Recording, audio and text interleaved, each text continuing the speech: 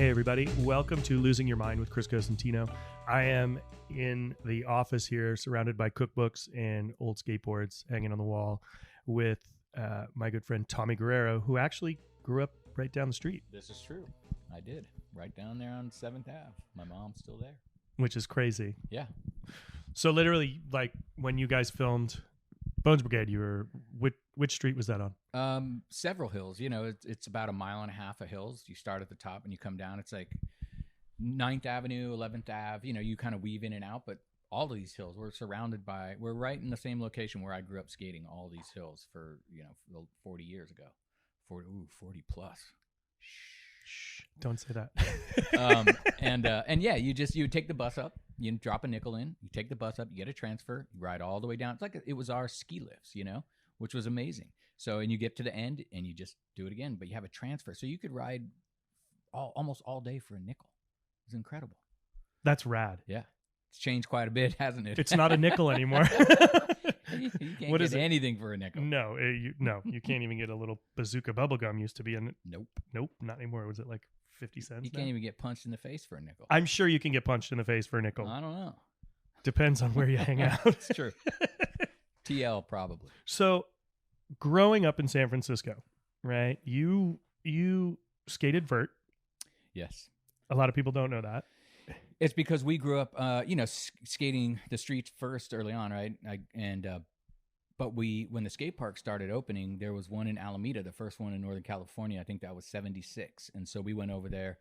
We got a ride with, it was the shop owner. The guy had a van, and he would take all the kids to the skate park. It was super cool. And so let's just put this into perspective. Yes. That could never happen today. I know. A dude comes by with a van and offers to take the kids to the skate park. Which is, just unfortunate because really, truly, most people are good. Yeah, of course. And it's just our perception of things now, and it's so fucked. Oh, beyond. It's just, I don't, yeah. There was we could go on and on. It was the same thing where I grew up. There was a local dude who owned a paint shop that knew that there was no skate shop in our town, and he turned it into a paint shop. Half of it was a skateboard shop. So all the kids had a place to get boards, to hang out, to be safe. He would show videos. Same thing. But now people would be like, oh, that dude's a little weird. Yeah, it's terrible because, skate shops is where we grew up, where we hung out. It was a safe place to go after school. It was building community, and fuck, it was awesome. You would watch videos when, way back when I was skating, there was no videos. There was no nothing. there was barely even electricity. But anyway, so going to the skate parks. When the skate parks started opening here in Northern California, we, we'd get rides from different people. We'd take BART once the parks opened, like Winchester and Milpitas in the South Bay. We'd hop a bus, we'd hop BART, we'd hop another bus, and then we'd skate. It was about maybe a 2-hour journey to get to the skate park. And then we'd skate all day long. Of course, it cost at that time. You had to have a membership, and it cost, per hour or per day. Now there's a skate park on every corner. They pop up like fucking weeds. And they're free. And they're free. So we grew up skating, bowls and snake runs and all that kind of stuff. But we skated everything. We just skated. There was no I'm a this, I'm a that. It wasn't fragmented in that way. I grew up. I still have trophies and ribbons from '77 that are high jump, long jump, freestyle, and like downhill. And you just skated. You entered everything. You did everything. It was just it was a different time. It wasn't, like I said, it just wasn't so segregated as a skateboarder. I'm a street skater. I'm a vert skater. I'm a this skater. Just skated. So anyway, all the parks, started popping up in the late 70s, but they all closed quickly in the early 80s, 80, 82, somewhere in there. They all started shutting down because of liability, right? So it was just back to the streets. It was just what it was, out of necessity to skate. So, me growing up on the East Coast, San Francisco was like it, right? I'll be straight up. It was like, man, we got to go to SF. It's the coolest place. Like, you were here, Mickey was here, like this whole Julian Stranger, like there was this whole world of skating out here. And like we were talking about earlier, it's like skaters in the East Coast in the middle of the summer would wear long pants and hoodies, because they wanted a copy of San Francisco, not realizing that it was cold as all shit in the middle of the summer here. That's right. But it was a different. I mean, you guys had so much going on here. From the East Coast, it seemed like the epicenter. Yeah. Well, what year did you start skating? Late 80s or were you earlier? Let's see, graduated early 80s. Early 80s. So, but because it seems like you had more of your heyday in the 90s, right? Yeah. And that's when like Mike Carroll and Henry Sanchez. Oh yeah. And Chico and James Kelch and all the EMB dudes, were pushing skating, and Embarcadero was happening, and everybody was seeing probably from about 87, 80, maybe 88 to probably until even now that San Francisco was a mecca, right? Oh, it was insane. Like everybody had perceived it that way from all over the world. Well, everybody was bombing the streets and there was the Gons Gap down at Embarcadero. Yeah. And for instance, I used to skate with Eric Pupecki. Ripper. Every day. Yeah. Like that's who I would skate against in contest, and then we'd go skate all through Providence together or the parks. And he moved out here. Yeah. He was ripping. Oh, yeah. He was a great skater. But I think there's so much of what was going on out here that was such a draw. You had good climate pretty much all year round, minus the rain. Well, we didn't get that much but rain. You didn't get snow. You just got, but it was just gray, constant fog. Yeah. I mean, really, in the Sunset, where I grew up, constantly foggy. So you had this pretty amazing experience through skateboarding. I mean, you were skating, Bryce, you would hang out with Bryce. Yeah. And your brother. Yep. And a lot of people, and music too. I mean, there's so many moving parts. Like, yeah. Let's talk free beer. Wow. Well, free beer is always a good option. Well, so what's interesting is there was an opening the other night. Michael Jang, photographer, he had a show opening, and he was at the concert that the Ramones played in, I think, early '79 in front of City Hall. And me, my brother, and Bryce cut school to go see the show. And that really set me on the trajectory of like, okay, I need to do something. I need to do this. I need to play music. I need to, get into this whole scene. Punk was just calling because it was hand in hand with skating. It was just a big fuck you to everything. Yeah. And that's why I was drawn to it, As a little kid, you're like, wow, this is amazing. All the weirdness is just incredible. So we went to that, and Michael Jang had photos in his show from that the other night. And I was like, it just was, so many things will come full circle. We're like, wow, I was at that show. It changed my life. And me and my brother and Bryce cut school to go see that show. And if we hadn't, like our mom said not to, who knows what would have happened if we would have started playing in bands together. Because Bryce started playing bass. I was singing at that point. It was around, I think this is late '79 or something. And then I switched to playing bass, and Tony was on drums at first, and he switched to guitar, etc. And then Free Beer was the last incarnation of our punk bands. And our last show was in '84. We played with Suicidal and Angry Samoans at I think it was Longshoremen's Hall? I can't remember. I'm getting old. But yeah, it was insane. And our last show was in '84. We played with Fear at the Elite Club, which is actually the Fillmore, in '82. And that was fucking insane. Shroogie, I don't know if you know Shroogie, a good friend of ours who used to sing for one of our bands called Revenge.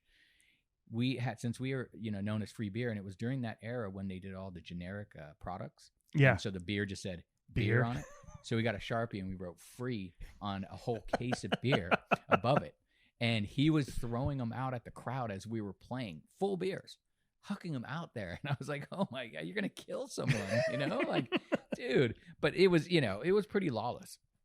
But yeah, so growing up skating at that time was hand in hand with punk and music and all the DIY, ethos. It was a time when you can still, like as a little kid, you could get into these clubs. I snuck into the MAB. I played the MAB a bunch of times on Broadway, all those places where I shouldn't be, and speaking of that, I heard you were the shit stirrer. That's sometimes true. Yes. But I don't know if Tony had ever told you, but they snuck me in one of our first shows at the MAB, they snuck me in the kick drum case. They put me in there. He never brought told me me in. that one. Yeah. And I pop out and we played the show, and Dirk, who was running the club, Dirk Dirksen, notorious for many things, was like, "What the hell's that little kid doing in here?" But he let us finish the set. So, but yeah. So I mean, because I looked much younger than I was. I was probably 13, 14, but I probably looked like I was 10. So yeah, so for us, skating and music went hand in hand. Me and my brother, on our father's side, have a lineage of musicians. My father was a musician. His three brothers were, and my grandfather was a jazz guitarist, and my grandmother was a singer. So they had these big bands together, and then my father and his three brothers had like doo-wop groups together growing up in San Francisco. My father, I guess, played the Fillmore and played all the clubs up on Fillmore, in the jazz district way back when. So it was in our blood. That's what it was. And our mom was totally cool with us making noise in the garage. So did you teach yourself to play? Yeah, I'm still trying to teach myself how to play. I think you're doing just fine. Don't know what I'm doing. I think there's, I definitely think there's an audience in Japan who would say otherwise. Yeah, I mean, we just did that tour in Europe, and it was really cool. People were super stoked that we came out and played, because it had been so long, and these tours are self-funded, and there's no money. So, as you know, in music. But anyway, let's go back to skating. So, at that time, I mean, you're skating with Bryce and your brother. Yeah. And you've also got a whole slew of folks in this community here that are literally showing up at your door, hanging out at your house. Yeah. Your mom is rad, by the way. Yeah. She's rad. She fed everybody. Like, I met your mom by chance one day. Yeah, that's right. Which was crazy. Yeah. And she walked up, introduced herself to me, and she's like, I think you know my son. And I'm like, I don't know. Who's your son? And we just had this full lengthy conversation. And then you were telling me these amazing stories about how people would just like show up, travel from wherever and knock on the door, and she'd be like, on the couch. Yeah. Yeah.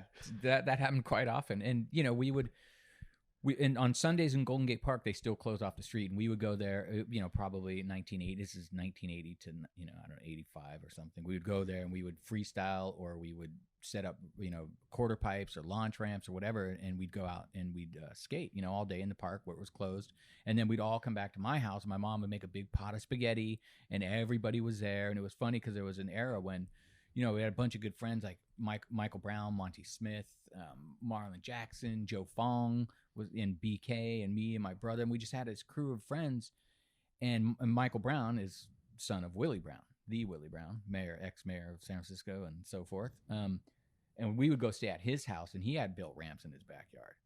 So we had just a really cool crew of friends that, we grew up skating together and experiencing all this stuff. But me and BK and Tony took it a little farther, and then Tony got more into music, and I just kept pushing forward with skating. And then, when the day came when Powell wanted to sponsor me, then it was on. So how did that come about? Because I know Bryce was always shooting pictures of you. I mean, I've seen Bryce has shown me some of his great photos when he used to just carry a little tiny camera and take pictures of everybody. But Bryce went his route, skating and shooting the whole time, which is amazing. It is amazing. And then Powell found you. And how did that come to be? Well, there was one contest in Golden Gate Park. It was the first street style, in quotes, air quotes, contest. And that was 83, I think, 82, 83. And it was some obstacle set up going down a slight grade in Golden Gate Park, and all the pros were there, all the vert pros, Neil Blender, Billy Ruff, Jay Adams was there, and it was the first contest of its kind, and I won the contest. I beat all these pros. Nobody knows who I am, and so that kind of set me on a trajectory of being in the Thrasher mag and taking photos with Kevin Thatcher and BK and Mofo. And then so the next contest it did happen to be in Golden Gate Park, was another street contest, the second one. Stacy was there, Peralta, and you seen me skate and liked the way I skated, but he didn't say anything to me. He went up to my brother and was like, "Hey, I want to talk to you. And what do you think about Tommy riding for Powell, et cetera?" And then at the end of the day, my brother told me this, and I didn't believe him. I'm like, "Fuck you." He's always giving me shit, right? I'm like, "Fuck you." He's like, "No, really. He's interested in you riding for Powell." And we called Powell the Dream Team. So the day before that contest, I'll rewind for a sec. There was a skate jam at Joe Lope's ramp, and I was there skating.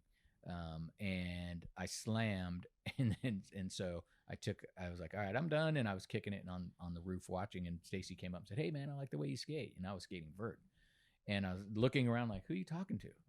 You're talking to me? Like, that's fucking weird. So the next day the contest happened, and he wanted me to ride for Powell, and he called my mom, spoke with my mom about it. And, I was 100% in. And you can see, like, I had ridden for Madrid at that point.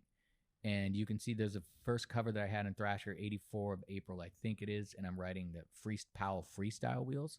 That's like the transition right there from Madrid to Powell, because I was riding the Powell wheels. So that's kind of the sign of the change. And then everything from there, man, as you know, from 85, it went nuts. Full throttle, completely nuts. I turned pro in 85. My board didn't come out till 86 because Powell takes forever to do anything. So I was a whole year being pro, not getting paid, other than what I was winning at contests. And I think I got $25 from Indy, and that was it. So it took a whole year for my board to come out. But at that time, then we just started traveling like crazy. Skating was getting huge, and we just started traveling all year long. And there was a point when we had to sign contracts stating that we would do no less than 36 demos a year, which, now that's a lot. Yeah. I mean, that's every weekend just about of doing demos. But we would hit the road, and we'd be out all summer in the US in the van. First it was a Country Squire, George's old wagon. Put the jump ramp on the top, and it's like me and like Rodney and Lance and Kevin Harris and these guys, in the van or in this wagon, trying to navigate our way across the country with a map. This is pre everything. And so who's like, so Stacy's not with you guys when you're doing no. So they're us. Like, okay, here's a map. Here's a map. Here's a car. Here's like some gas money. Here's gas money. Maybe a credit card if you guys need it. I don't think we had a credit card. But okay, you have to be here and here and here on these times. At this date, at this time, and we would drive 8 hours in the middle of nowhere to get to a parking lot in front of a shop where there's 1,000 kids waiting for us, screaming, and we're late, of course, because we don't know where the hell we're going. And then you got to set the ramp up. Yeah, then you got to set the jump ramp up, take it off the top of the van or the car, and set everything up. Then you got to throw yourself around the dirty parking lot, and then you sign autographs and stuff after, talk to the kids, and then hightail it to the hotel and try to make it to the next state. So this is get in the van. This is the same thing as touring as a musician. But what's interesting about it is like to think about that. Like, and you're how old when you're doing this? Like 40. I'm 106 now. I don't know. I was pretty young. But I wasn't that young. You weren't that young. But it's just like 85. But it's still. It's like let a whole bunch of kids loose. Yeah. With a shitload of skateboards. Here's a car, a ton of money to get your gas, your butts there. We have hotels arranged for you when you get there. Yeah. Go. Yeah. Like, if my son came up to me right now and goes, "Hey, Dad," I'd be like, "Hell no!" You're like, "No, you're not. You're not going anywhere." Yeah, you're fucking tripping. It's amazing. Yeah, and I remember when the tour came. You guys came. You came to Water Brothers. Yeah, and it was you, and it was Tony, and who else came that year? There was no freestyle because the parking lot was a mess. Who came? There was a couple. There was like it could have been like Adrian or even it was Adrian. If Steve Size was around at that point, yeah, it wasn't Size. It was I'm gonna spout out his name in a little bit. I can't. I mean, there's McGill and there's Kevin Harris and of course Rodney. No, because there was I know they were dividing. Amateur, maybe it was an AM because I remember they were dividing you guys up, and there was a certain amount of pros and a certain amount of the AMs would go with you guys on tour at that point. And I remember that because then a whole slew of us were like, all right, we're not hanging out at the vert ramp. Let's all go to Parati Park and skate. So everybody skated up and over the hill and bombed down and skated all through Newport. I remember with a whole slew of dudes. I was just It was one of those times where everybody was just, holy shit, the fucking Bones Brigade's in town. Like, this is cool. Like, they're on our turf. Yeah. And it was, but it's amazing because it really opened everybody's eyes to like because you guys viewed everything in a different light that we were already looking at it. Oh, completely. I mean, we were just doing it. And, which is interesting. Everybody put us up on this pedestal and made it this big thing. And the truth is, we were just stupid skateboarders like everyone else, just skating. And I always find it interesting how, people saying, you guys inspired us, you changed my life, et cetera, et cetera. And I'm like, wow, that was not at all what I was after or even, that's not at all why I was skating. Right. I mean, it was to maintain sanity, really. But I think that's actually a really super important point, because you guys did do that for a lot of people, not recognizing it, not intending to, but it inspired people to be comfortable being in a group of people that all did different things, that could all get along, right? That's what was cool about the Bones Brigade. You were, quote unquote street. Yeah. Then you had Rodney, who was the king of freestyle. The king of freestyle. Sure. Modern street skating, I would say. Yeah, now. And then you had Lance, and you had Cab, and you had Hawk, but everybody was different, but appreciated in their own way. And I think what that did was teach a lot of people to learn to get along and appreciate everybody else who they were. And to me, I think, it pushed us to be better, to get along, like my best friend was a freestylist. And everybody's like, why do you skate with him? He's so weird. I'm like, dude, the kid can do things like I can't even comprehend. And he taught me to be better. And it's like, I think that's what it was. It's kind of like a band of misfit toys. Yeah. But everybody worked harmoniously together. Yeah. And I think that's what was so inspiring for so many people. Yeah, but and I just look at it as, and I always have, is we're just skaters, and just because you're, discipline is a different thing that I can't do or I don't do or I don't do as good, doesn't mean I can't appreciate it, and that's a thing that's still to this day with skating, right? Like any skating is like blows my mind, whether it's flat ground, whether it's ledge, street stuff, rail stuff, park stuff, vert. I can't comprehend any of it anymore. It's all mind blowing to me. So, and we all got along too. I had known Stevie from the skate parks in the South Bay from way back before he rode for Powell, way before that. So I already knew Steve. And then so, hanging out with Lance is the funniest guy on earth. He always made everything fun. And I did a lot of time with Tony on the road. And when we were doing those stupid movies like Gleaming the Cube, we stayed at his sister's home and for several months while we're filming that. And we're supposed to be teaching Christian Slater how to skate. And we'd go to the schoolyard and meet him. He'd just be like, you guys go skate. I'm just going to practice or whatever. Like, all right. We're getting paid to teach him, and we just go skate all day. I mean, that must have been a crazy experience. Like, okay, here we go. Bones Brigade, we're skating. All of a sudden, skating becomes massive. Yeah. Huge. It explodes. Like, there's the first, Tom Petty does a video of skating in it. Yeah. Right?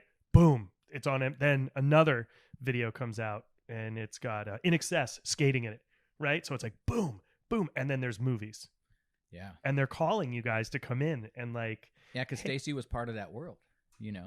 He's part of that Hollywood, really, from directing and so forth. And he had seen something in us and wanted us to take on these whole other roles.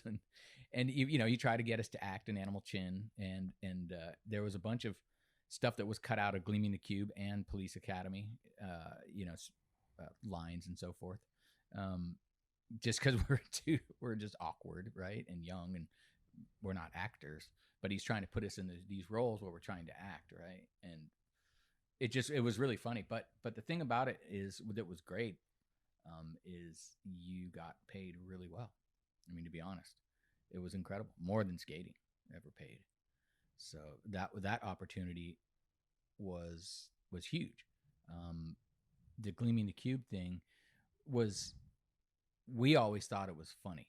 We just sort of laughed at it and made fun of it because it was, ridiculous movie. I mean, it was the story, and so it just the picture of you guys with wigs on and yeah, stuff was pretty good. The whole, I mean, there was the continuity aspect of the main character, Christian Slater's character. He was goofy foot in one shot, and then he's regular foot in another, and then he's goofy in another, and he had like 3 or 4 different people playing his part. And as a skater, it's like, oh my god, that's come on, let's get it together. You can at least have him not switch stance, when he's skating vert, and then when he's doing freestyle. You're like, ambidextrous skating hasn't arrived by then. Solomon Magaw hasn't arrived on the scene. Just change up things and start skating switch. So just that we just thought it was super corny, but we're all down to do it for the experience of it, and it was fun to do, and it did pay well. And you can, you reflect on that stuff. And you're like, wow, that was wild that we even had the opportunity to do that. It's incredible. And so Gleaming the Cube came before Police Academy, right? I think so, yes. And that one was another, and that's 2 big ones. Yeah. Police Academy 4. That was interesting because we're in Canada, I believe, and we were filming at night. So it was literally 2 to 5 in the morning or 6 in the morning when we were skating all the night shots. And we would be doing, skating these plazas or skating. There was this one fountain they had us jump over. Built a big jump ramp over this fountain and put a big airbag on the other side of the fountain. So you weren't even landing; you're just flying through the air, and you land on this airbag. But these were stunts that we were doing, right? And so there would be moments in time when they would say, "Hey, could somebody do, like jump off that and land on this and do this?" And I raise my hand, like, "Yep, I can do it," because you get these stunt bumps. So you're like, "That one's worth $700, Bob. I'll take it." That's so. See, but those are things that you would never have any idea. Oh yeah, it was incredible. I was on every one of them. I'd be like, "Yep, I'll do it. I'll do that one. I'll do that one. I don't care." That was pretty cool. That was a good time. And so after, and you guys had been traveling the world. Yeah. Everywhere. I mean, it wasn't just U.S. tours anymore. No, we were going to Europe a lot. Like that's where I was. We go to Europe. It's seemingly at least a couple times a year and do full tours. Do I don't know how many different countries, 5 different countries, and skate camps were starting to blow up. Yeah, I wasn't. That was like I wasn't around. I didn't do any of the skate camps in Europe. That was early on when McGill invented the 540 at the Swedish skate camp. I think that was like 83. So that was early on, before 83, 84 or something, before I was even on PAL, when they were having those skate camps in Europe. And so we just did demos. I mean, we would do demos all over Europe, but there specifically we'd we'd do demos in the UK, and they had this big vert ramp, this big steel ramp, and I would just end up chilling and watching. And we were there. There was this one time, and it's our second time there, I believe, and I think it was me, Mark Sato, maybe Stevie, and maybe Lance. I can't remember because there was a couple times, but anyway. So we're skating. They're skating. We're hanging out at this ramp doing this demo, and this kid comes up and goes, "Hey, I'd like to invite you over to our home for dinner." I think his mom was with him, and we come over and have dinner and blah blah blah. And everyone's kind of like, I don't know, who is this kid? And this, I think the promoter of the events tells us that this is, George Harrison's son. You might want to take him up on it. So we're like, okay, we do. They send a car, and we go to the castle where they live. They lived in a castle, and we went to the castle, and George was there, and he gave us the tour, showed us, he had all the Beatles gold records and all that stuff everywhere, but he was so not into it. He's like, yeah, I got to take all this stuff down. I'm not into it. He was super down to earth. Really nice dude. Showed us his studios, talking about working with the Traveling Wilburys. And actually, Roy Orbison was supposed to be coming over around that time, but he had died right before that, like 2 days before we were there. And so he was pretty bummed out. Wow. But he was, gracious enough to, host a bunch of stupid skateboarders. And they had this underwater cavern that went under the castle, and you take these little boats through these little trips, underneath the castle, and it, just huge. I mean, it was a huge plot of land, and it was a castle, and so it was pretty amazing. So we had dinner, and then afterwards, it's just me and George sitting out on his lawn drinking a beer together, And I was never a Beatles fan. So I was like, because I grew up as a punker, and I was like, fucking fuck the Beatles, fuck every, like, fuck all that. And so I didn't have a disdain for them necessarily at all. I just wasn't into the Beatles. And it didn't have the gravity that it should have in the moment. We were just talking, hanging out, just me and him, because everybody else was off doing stuff. It's pretty wild. When you reflect on that stuff, you're like, oh, wow, that's crazy. Just these opportunities because of skateboarding. That's amazing. Yeah. And I just remembered who it was. It was Ray Underhill that was with you guys. Oh, okay. Yeah. Who is no longer with us in human form, but he's with us in spirit. Yeah. So you made a transition from Powell at that point, and then not at that moment. But there was a point, like in the late '80s, there was newcomers coming up behind me, street skaters, the Rippers, Mario and Guy Mariano, and Rudy and all those dudes, all the LA kids, were coming up, and at that time, skating was viewed more like sports, or like out with the old, in with the new. You just kind of tossed people, and it was pretty fucked up, to be honest. So I felt the heat coming. I felt that I was being put on the back burner, and knew that something needed to shift here. And they were kind of, like I said, I kind of felt that they weren't giving me the attention that they were in the past, and they were kind of seeing me as the elder on the team. And so there was contest was in the city, one of the like Disco in Frisco, or one of those ones that happened in front of City Hall in the fountains. I remember that one. Yeah, but TM came up, Todd, and he had said something, to me that led me to believe they're going to cut me.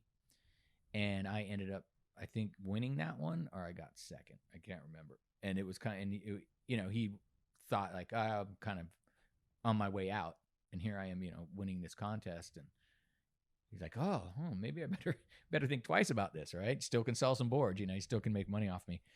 So, but at that contest, Jim and actually came up to me was Fausto Vitello, who started Thrasher Magazine, Independent Trucks. Fausto and Eric Swenson, came up to me, and they were starting the company called Real. And this guy, Jeff Clint, who was spearheading it with them, and Jim Thiebaud, who's my partner now, they were all on board. And I had known Fausto and Eric before they even made Indie or Thrasher, because they used to work out of a bike shop down on 25th and Irving. And that's where they sold skateboards out of there too. That's where I got one of my first boards. And I met them at that shop when they were building Stroker trucks. I don't know if you know those trucks. But no. If any skaters out there don't know Stroker trucks, that predated Indie and all that, look them up, because they're crazy. They're built on on the idea of like a car suspension and how independent steering is. Each wheel, each axle floats differently. So that's how the name Independent came to be. Because if you just got to see this truck, it's a monster, but it turned insane. So they had a bunch of slalom guys riding on these trucks. So basically, you had 4-wheel traction going on, four independent 4 wheels. Yeah, it was bizarre. You got to see these things. They're huge, and they were heavy and bulky and just crazy looking.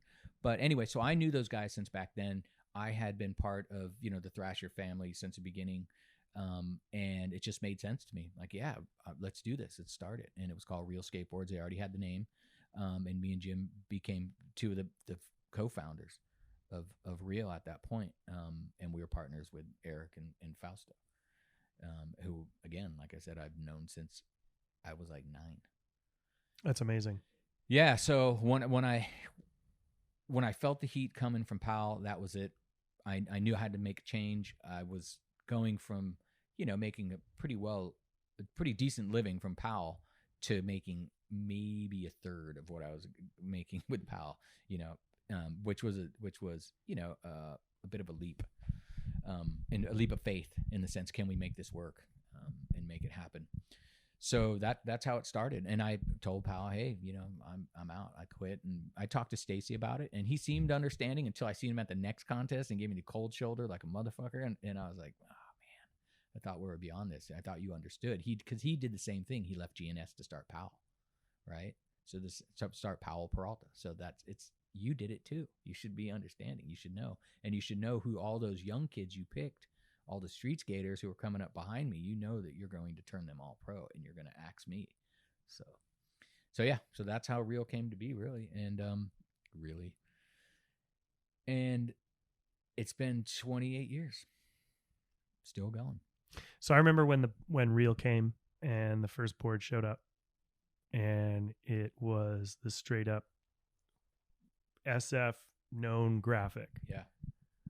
That was a big to do. Yeah, the oval. It was based on a local sports team. We unnamed. Yeah. Yeah, because growing up here, it seemed to make sense.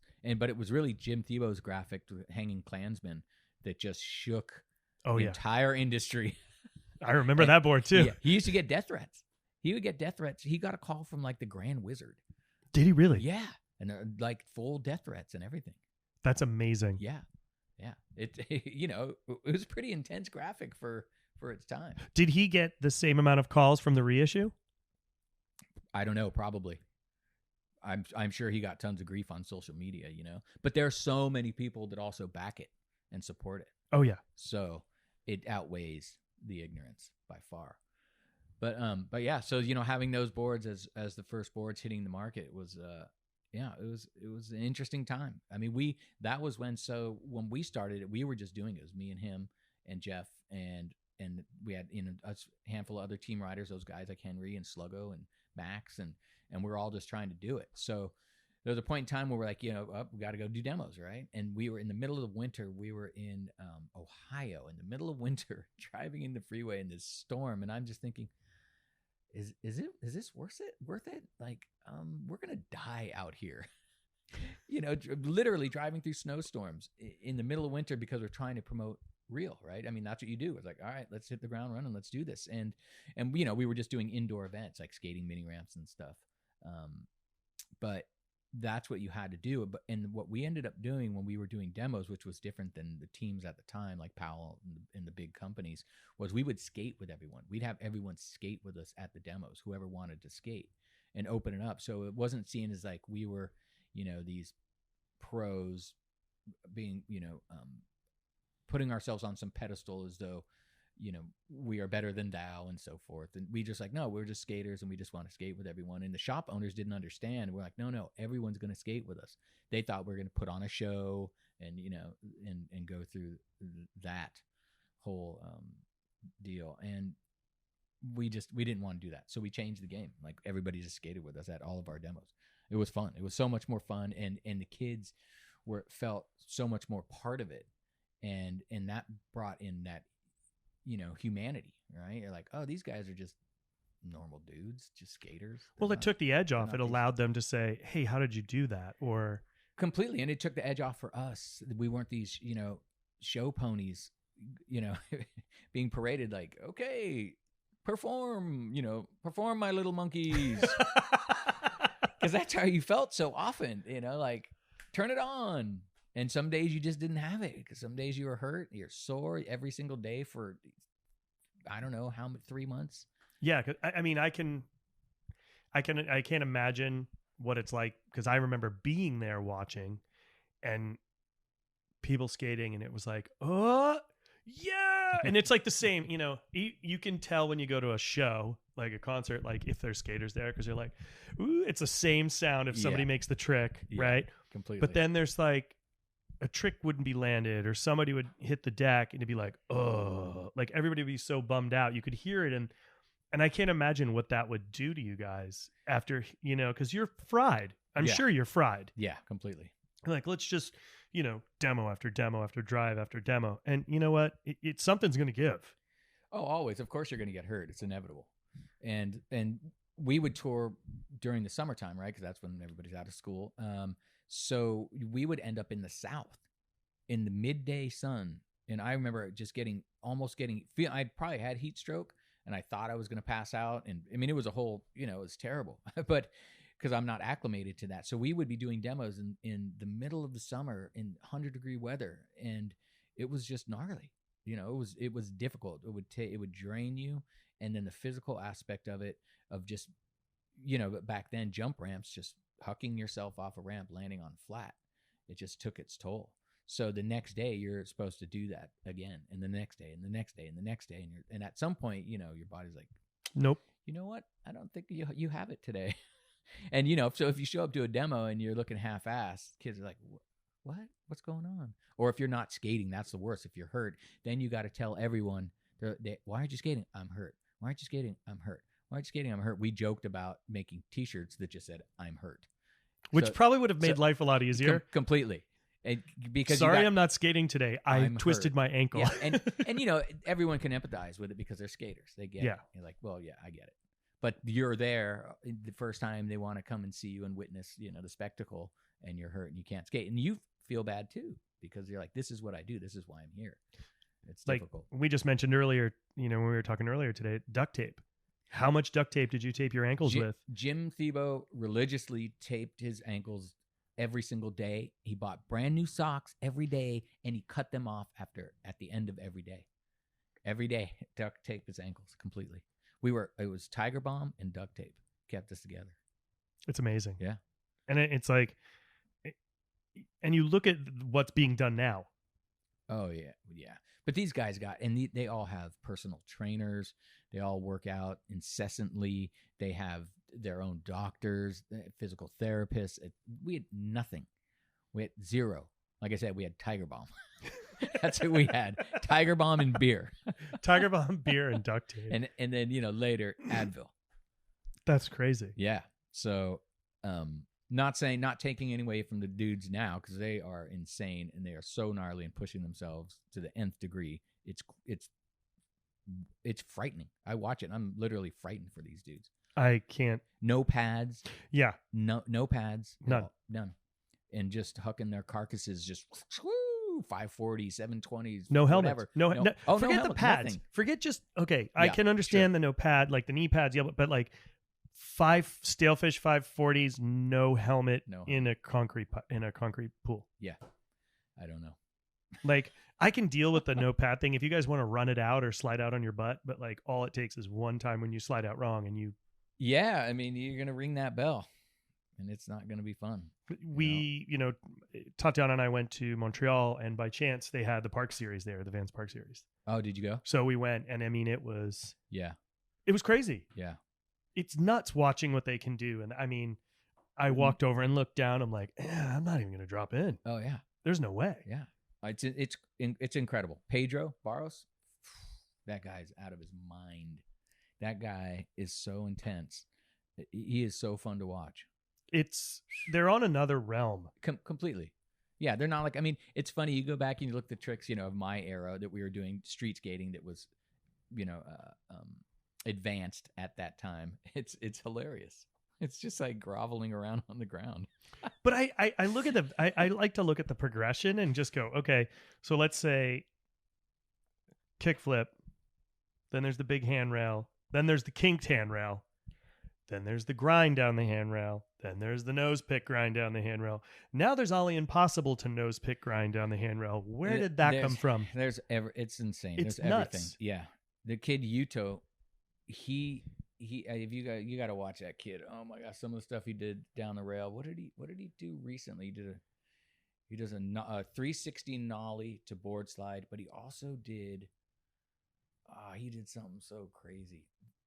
I just seen it, and I can't remember exactly what it is, but that kid has some tricks on rails that are mind-boggling. I just remember hitting my nards once, and I was like, "Fuck, this is brutal." Yeah. And think about like the lengths they're going to nail these tricks consistently in contests. Yeah, and I'm like. The other day I watched somebody like nose pick grind to impossible out. Yeah. How did he get? I can't even think about how to make the board do that. The level of technicality and consistency, that's what blows my mind. Like with those contests, like the street contests that they do now, like with Nyjah, you know, it's just some of the stuff he does is already just insane. It's just to be able to do this trick, like pull it off 100 tries, but he's doing it in this contest in his runs, which is just it's mind-boggling as a skater, seeing the progression from where we started doing kickflips on the flat and kickflips, over banks, etc., and then to rails, like doing board slide down rails, and that was a big deal. Nodis, and Mark, doing 50/50s down these rails. That was a beginning of something that was a whole new landscape. It's taking it to a whole nother level and pushing skating in a way that's becoming more technical and gnarly at the same time. And that's a thing. The tech with the gnarly is what's wild to me. Because you used to have the tech skater. You see Rodney do all the crazy tech strip stuff, and then you have Cardial on the other end. Yeah, and then you have Cards doing the monsters, and you're just like, yeah. And now it's like they smashed together and had a love child. You have both. You kickflip 540 with no pads, in these bowls, and you're just like, okay. I don't know. Like I'm enamored by I can sit there and watch. Me too. If I get stuck in the rabbit hole of Instagram on the skate video, I'm just like, and I could spend an hour. Like, what the hell is that? Oh yeah. Slow it down. What is that? How did you do that? Yeah. There's some tricks I still don't understand. Because I'm not. I don't know. I don't understand what they're doing, basically, because I'm an old skateboarder. Because I'm old now. And so I'm like, what the hell is that? What was that? Because there's certain flips that they go, the inward flips and all that stuff. It kind of escapes me. I saw something the other day where it was, I don't even know how to explain what it was. Ultimately, it looked like a kickflip, but the board rotated 360 and then the individual turned their body stance and landed on the railing. Yeah, I don't know. And it was just, I don't know which direction you're going. Like it looks like it was on reverse and backwards and forwards at the same time. Like a lot of these guys do stuff switch. They do stuff forward. They do stuff switch. The same tricks, mirroring the trick. Like I know Ashad really digs that. Like so he'll do some difficult trick, then he'll mirror it, doing it switch. And so these guys now have the ability to pretty much be ambidextrous while they're skating. So sometimes there's some guys where you're not sure which way they skate, their actual stance. It's getting to that point. So what you're saying is Christian Slater was ahead of his time. Yes, exactly. He didn't know which way he created the new. Yeah, exactly. Anyway, we don't need to talk about skating like so in depth that way because people are getting lost. They're like, what? What are you talking about? So now your knees. We've talked about this. Yes. And you still get out there. Yeah, I skated the other day. I saw your picture. I'm trying. But I mean, musically, you have been working really, really hard for many a year, playing not only in the States but in Asia and in Europe. And I think I think the music's amazing. I've been to numbers of your shows. I mean, it's kind of funny how we actually met the first time was through social media and me going to one of the shows. But I think it's really, you taught yourself how to play. Yeah. Yeah. And you're killing it. The music's, I personally, I think the music's great. And we played in all the restaurants and it's a joy to listen to, and it gets everybody. I mean, it's just really very comforting at the same time as it's very calming. And I know that may sound not be what you want to hear. No, that's great. And it's great in the restaurant. It's amazing to see people's reactions because you can see them moving to it, but they're very chill and they're enjoying their experience at the restaurant. And I think I love going to the shows.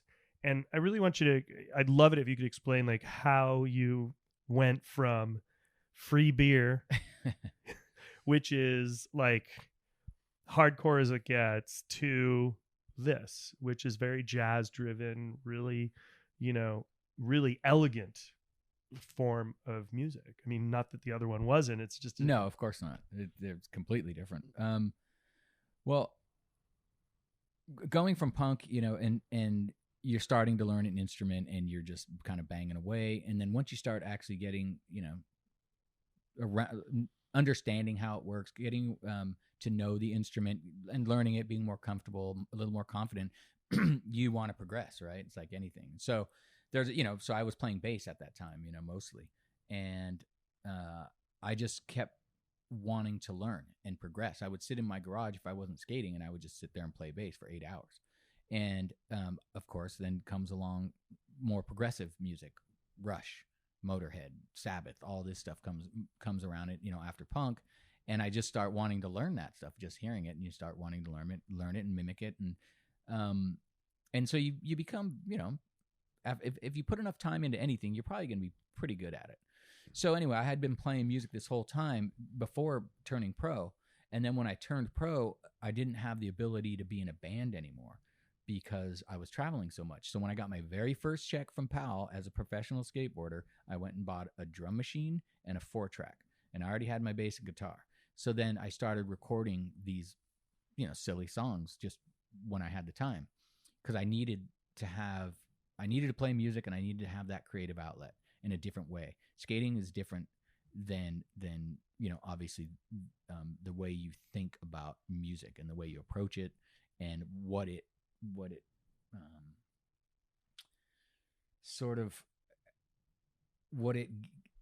it's kind of hard to explain what that feeling is that you get from music and the type of fulfillment and how it nourishes you. And it's a very different way than skateboarding, right? Than being physical.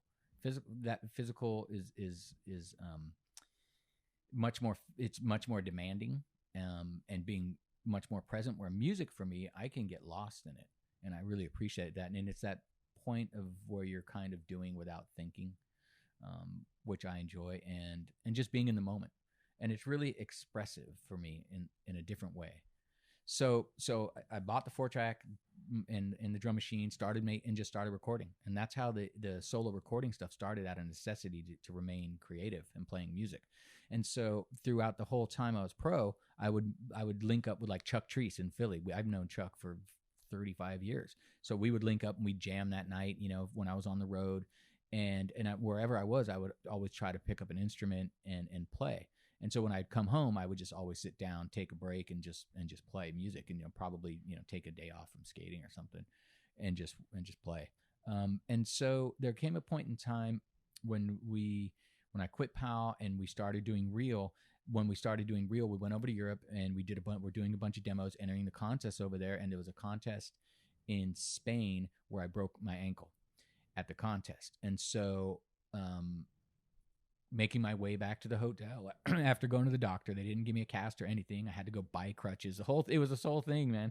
And so they didn't cast you. No, they didn't, because they were considering the swelling. So they just wrapped it.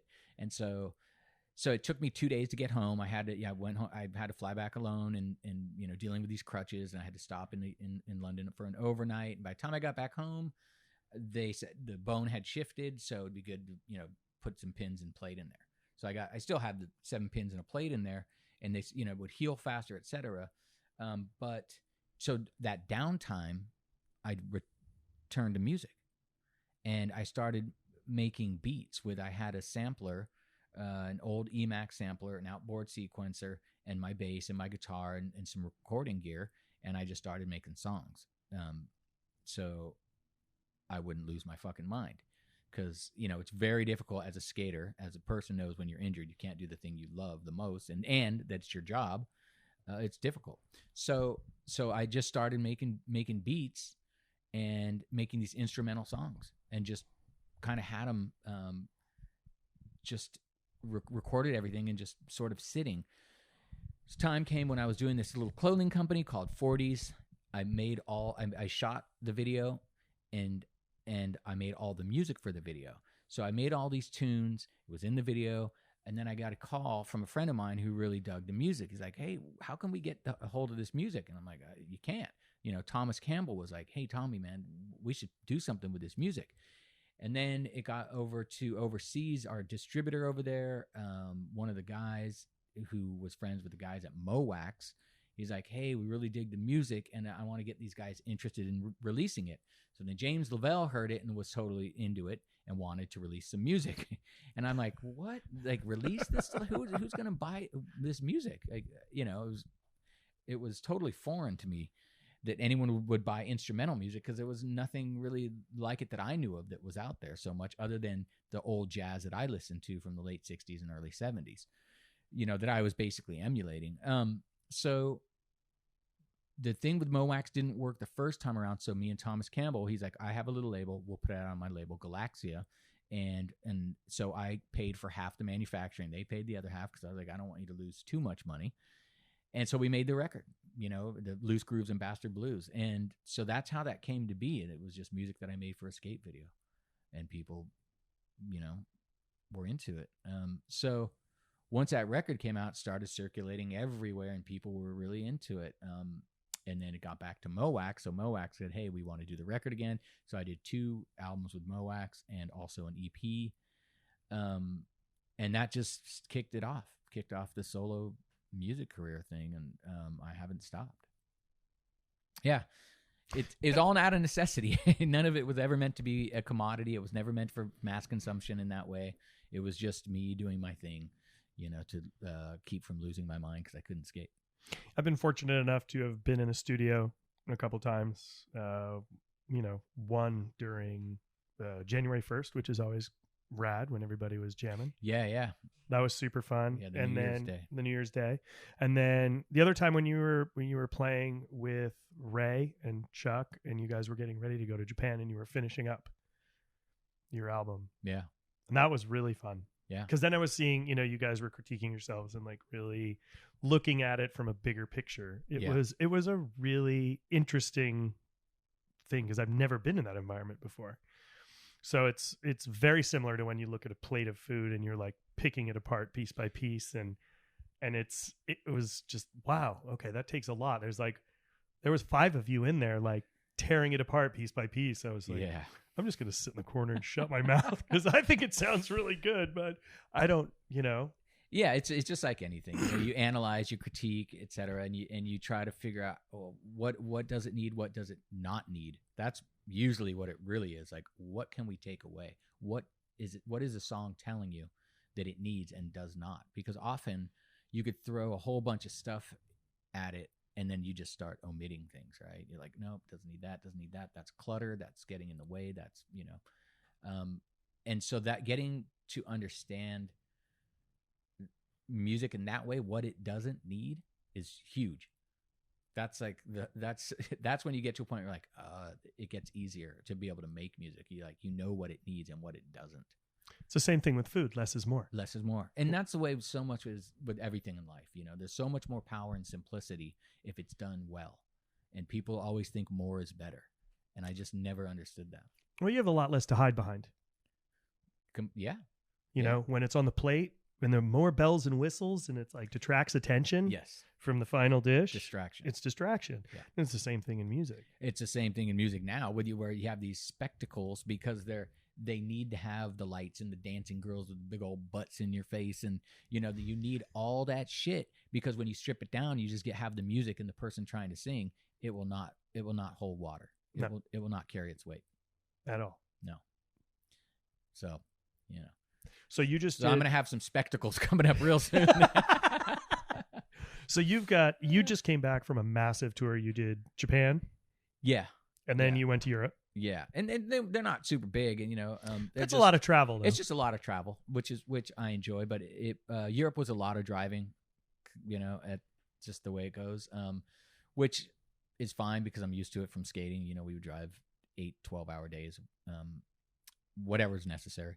So it's not that big of a deal, other than on your body, like remaining static for that long, sedentary. Everything hurts much, much more. You're not moving as much. But Japan, I've been fortunate to be able to go every year for quite a while now. They've been fans and have really supported what I've done for quite some time, because they make it happen where they get, I have a label over there that I work with. They set everything up. They have all the clubs pitch in, and they get the funds together so they can bring us out and pay for everything's paid for. They treat you they're so gracious. It's incredible. It's almost, I don't know. Sometimes I feel like an asshole, and but everything is paid for, everything's taken care of, and then you make a little money and you can pay the band, and everyone has a great time, and it's not stressful, Everything's planned out. It's great. But everywhere else, it's on me to book the shows, to get the hotels, to pay for everything, and hope that I make enough money back just to break even. And which is rare sometimes. And sometimes I will break even, which is, but then my time is lost in that sense of, it's been 2 weeks. It's for me to perpetuate what I do. So, but Europe was great. It was a great turnout. Berlin was amazing as that city is.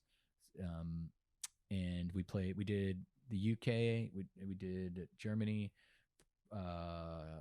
Switzerland, and Portugal that time, just this last month, I think it was. And that was amazing. And now there's such good response. People already want me back, and all these. And there's Great. a lot of there's a lot. I keep getting all these requests to come all over, and I'm like, really? You want me to come to Yugoslavia? Like anybody? People are listening there to my music? That's incredible. So do you have another album in the works right now? I'm working on one right now. Yeah. So, and I know this because I've seen it, but when I went to Japan and I went to Tower Records, the Monster Tower Records in Tokyo, I mean, there's a whole section in Shibuya. There's a whole TG section in there, and there's a listening station where you can check. But you have how many albums in Japan? Much more than. Well, I think 10. Yeah. There's the last one I put out there when I was just there. A couple, May is the dub album that me and Chuck did together, Chuck Treese. And I haven't released it anywhere else yet because the album that's resonating with people all over is The Road to Nowhere. Yep. And I don't want the dub album to follow that up because they're so different. There's such different approaches that I don't want to throw. It's kind of it'd be a little left field, I think, if I follow up with that. So I want to follow up with something along the lines of Road to Nowhere, and then I'll release that like in somewhere in between albums, because people keep asking me to release it.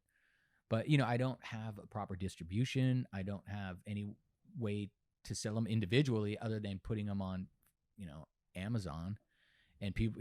I would rather not have that be the vehicle, but I don't have another vehicle. It's just me and my lawyer. It's my own label, and we do it, and he does the legal stuff, and I do everything else. So it's really difficult to get the music out there.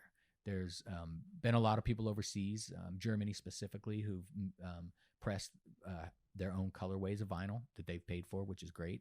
They're like, hey, we want to make 200 or 300 red of Road to Nowhere, and I'm like, cool, we'll tack on a few hundred.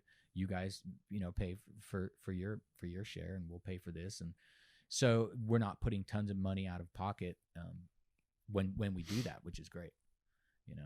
Just trying to make your money back, right? It's difficult. I mean, we only sell vinyl, and other than that, it's streaming. Their CDs are done. Obviously, even MP3s are done. Crazy, right? Yeah. So. Because CDs were the wave of the future. Yeah. So many terrible CDs. Just the mastering on the early CDs are so terrible. Oh man, I have some CDs that sound terrible. So when Stacy released the Bones Brigade film, Animal Chin or the first one? No, the new Bones one. Brigade video show? No. Oh.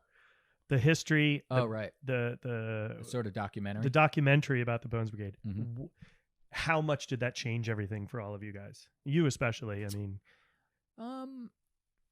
I definitely, from an outsider's perspective, I looked at it and it looked like it brought everything right back to the top of the file. Everybody was paying attention again. It definitely created awareness for 35 to 55.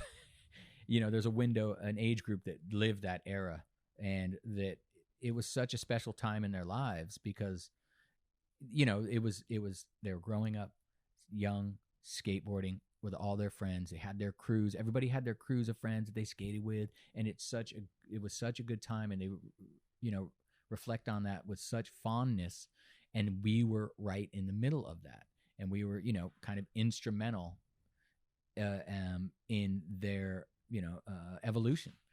So you have all these guys who are, a little younger than me, coming up and just, oh, I loved you guys. I love the Bones Brigade. And, I loved you. I seen you guys here and I seen you guys there. And I have all the videos and, I have all your boards.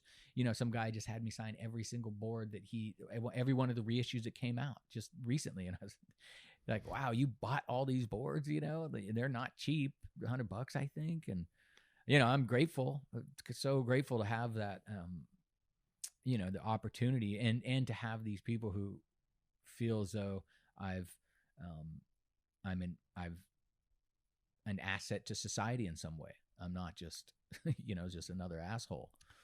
So it's humbling. It is. It's actually, it has the opposite effect on me all the time where I'm just like, because I don't feel as though these accolades that you receive that I'm deserving of it, because once again, it's like music for me it's a very loner journey, just like skating was.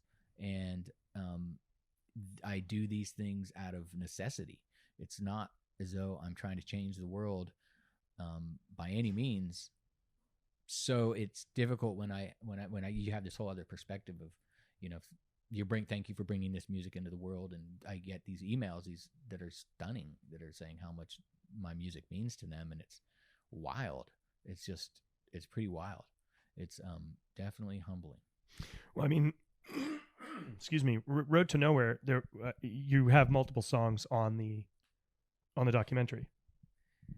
Yeah, there are some songs in there. I think from, I don't know what album, maybe Perpetual.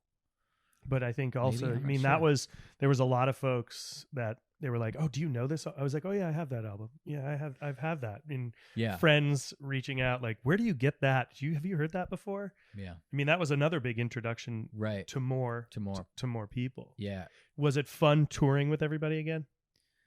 It was really fun hanging out with those guys, because it's just everyone's still pretty much exactly the same. And everyone is just their own character in their own way. Lance is just fun and hilarious, and it's still total dork, but it's total sweetheart and very earnest, And Cab is still Cab. He's always competitive and always, he's a funny dude. And Tony's also, most people don't know, Tony's really funny. Tony Hawk is actually really funny. And McGill's McGill, just, it's the best. And we're all old, so it's all tempered by age. There's no one thinks they're, what they were in the 80s. Like, I'm the inventor of the McTwist, or I invented street skating, or I invented, whatever. Everyone's just humbled by time. It's pretty sweet. It's been so cool to see all of that, and like the reintroduction of the chin ramp down at Woodward. Yeah. And I mean, you and I had talked about that prior to it coming. And I was trying to figure out a way to get my ass down there for that. Yeah. But seeing that happen all over again, how was that experience? Because I mean, that was a pretty powerful one. The original ramp only lasted for what? 4 days, 4 or 5 days max. Yeah. And you were skating vert then, you skated it, and to go and have it be rebuilt and see it all over again and have everybody try to do that signature photo again. For me, I was like a little kid. I mean, just watching those guys skate, I'm on the flat. I'm like, yeah, just like a little kid. I loved it. I love skateboarding, and I'm a fan. So watching these guys who we have this connection because of what our experience was 30 years ago, and we lived in this time in this little bubble where skateboarding was this new thing, and it was huge, and it was a short window, 5 years of our time together that transformed us into who we are now, and it actually gave us the ability to continue doing what we love to do till this very day. So none of that is lost on any of us. So anyway, to just see this happening again 30 years later, it's just like being a little kid. It was like watching, and it was gnarly. Tony Hawk, because he's so used to skating much bigger ramps. He's skating this thing. It was maybe 3 feet taller than him. It was wild. You're like, wow, you're too big for this thing. And he did a 540 over the channel, and he just overturned a little bit and just whack, knocked himself out. right there. It was just us. They were filming, they were shooting, the video and shooting the photo, the Grant Britton photo, and he just knocked himself out.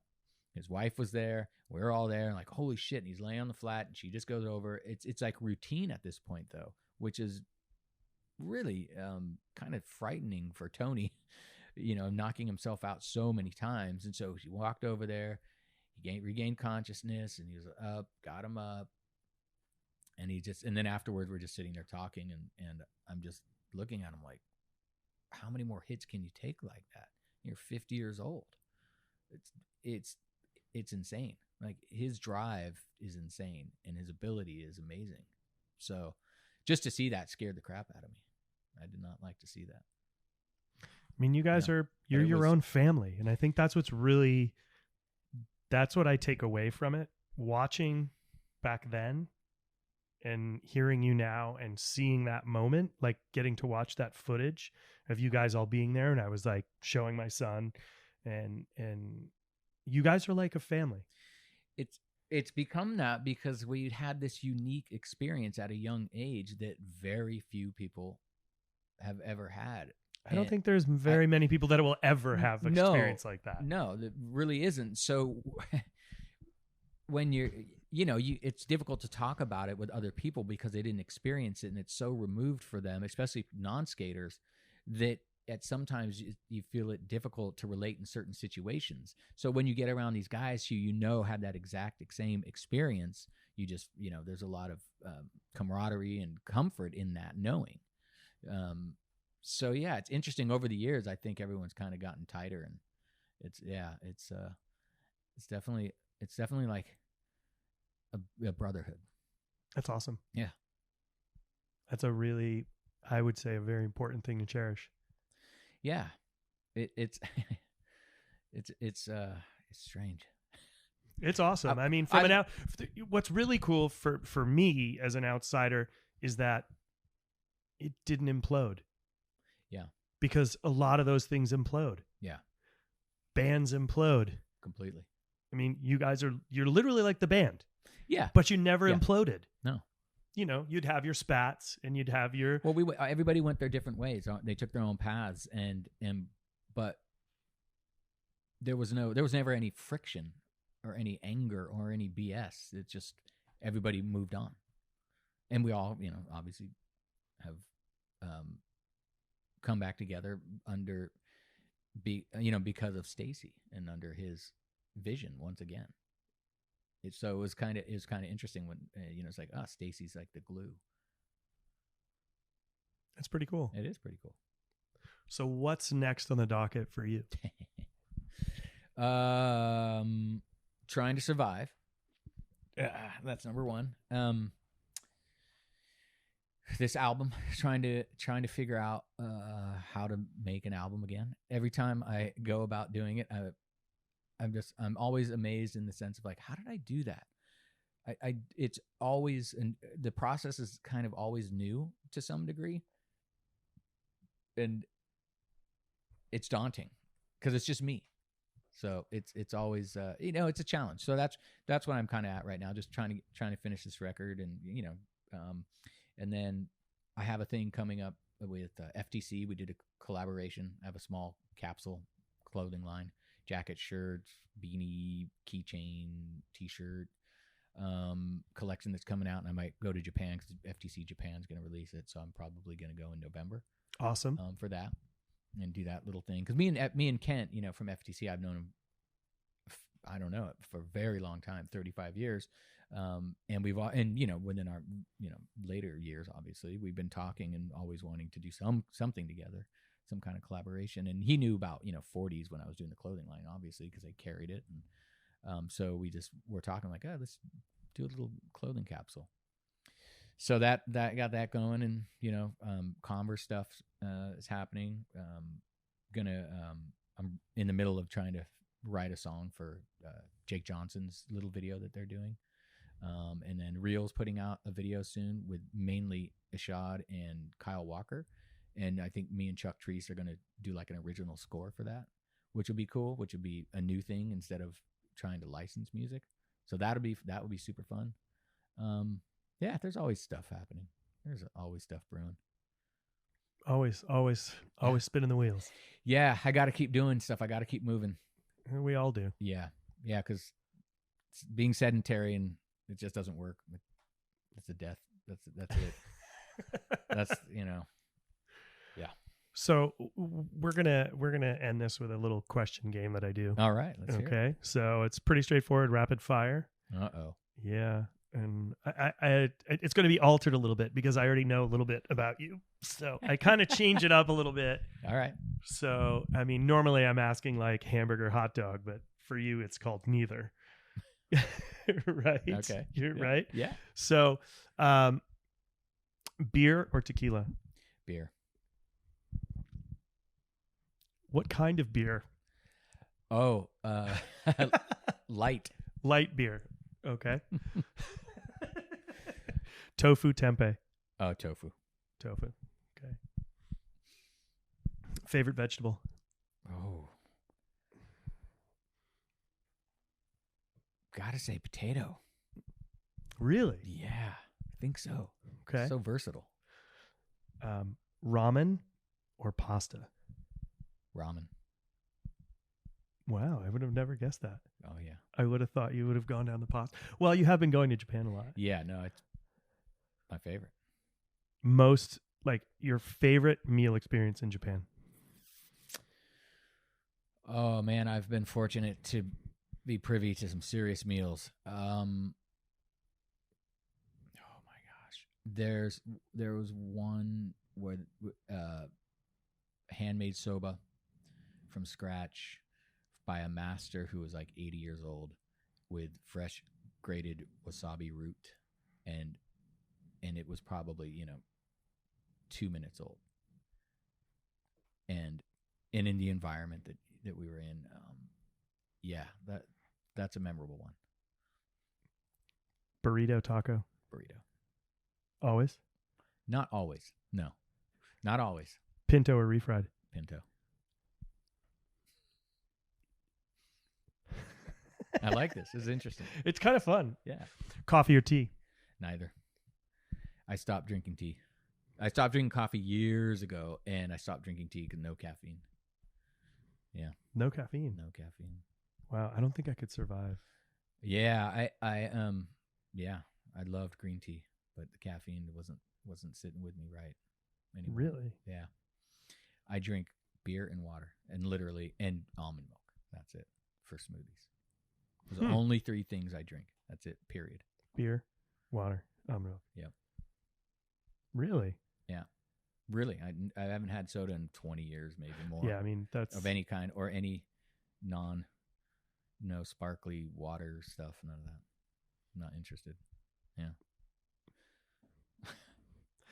Snake run, slappy session. Ooh. Depends on who's at the slappy session. Okay, it's got to be at the DMV though. SF DMV. Ah, shit. If the crew is there, then the DMV. Julian and Mick and Jim, like, forget it. Then DMV slappies all day. But a snake run, a good one. Oh, endless fun. There really aren't that many of those anymore. Not at all. There aren't. You went to the Trashmore one. That was a great one. Mount Trashmore in Virginia Beach. Yeah. That was a great one. There's one in Fremont at that Fremont skate park. There's a little one, but it's too tight.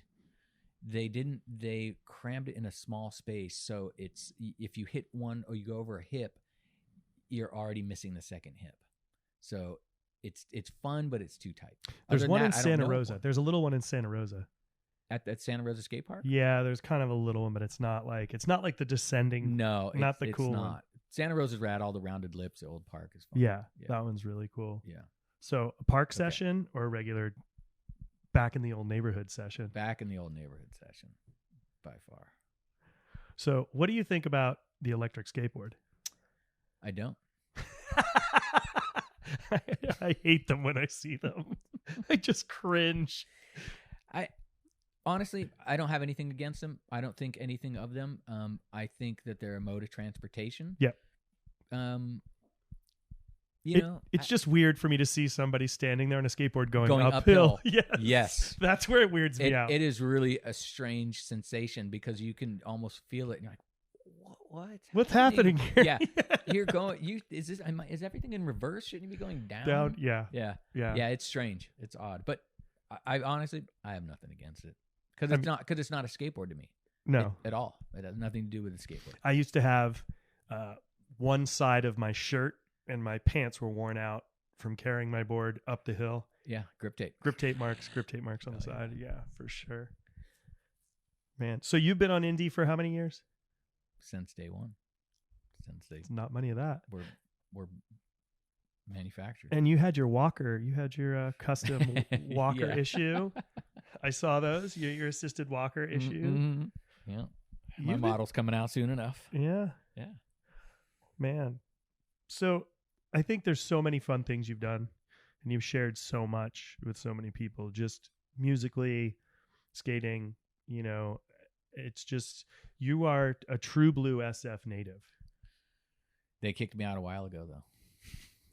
They're kicking a lot of people out. Yeah. No. Yeah.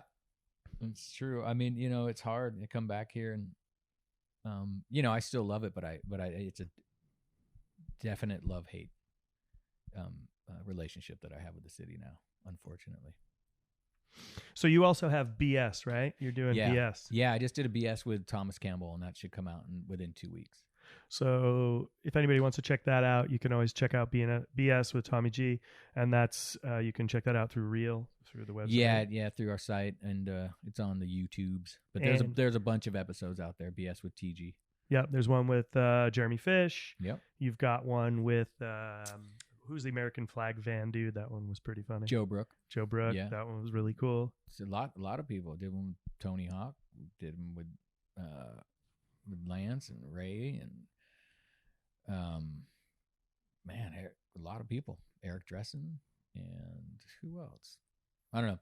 I've done a bunch of them now. Matt Hensley, that was a great one. Oh wow, that sounds like it'd be really fun. There's a whole bunch of them out there. It's my only problem. I don't have the continuity that I need to keep it going in the sense of viewership, because Deluxe is too understaffed, and so I have to I'm at the will of the powers that be, to delegate what filmer is doing what. Well, he has to go shoot this guy, he has to go film this guy, and so BS is on the back burner until that guy's free and can come edit the part or come shoot it or whatever. And there's no money, and they're not giving me money to go fly around and interview people, So the ones I've done in LA, I just would take a trip down there, and we have a guy down there film. So I did the one with Nodis down there too. And but yeah, there's nothing, there's no support for it, so it's just sporadic. Yeah, I mean that's henceforth why we're on two clown-nosed microphones here in my office at my house. Yeah, I wish I could film these because I think it'd be super fun. Yeah, it's a lot more to have undertaking. Completely. So yeah, no, this is good. It's chill. Yeah, right. Like I said, it's unedited. No, whatever you say is out there. So we got faces for radio anyway. Tommy, thanks for hanging out. Yeah. I really appreciate it. Yeah. I know you're super busy and you got a lot going on, but it's great to have you. Yeah, thank you. This has been pretty cool. Cheers. Later.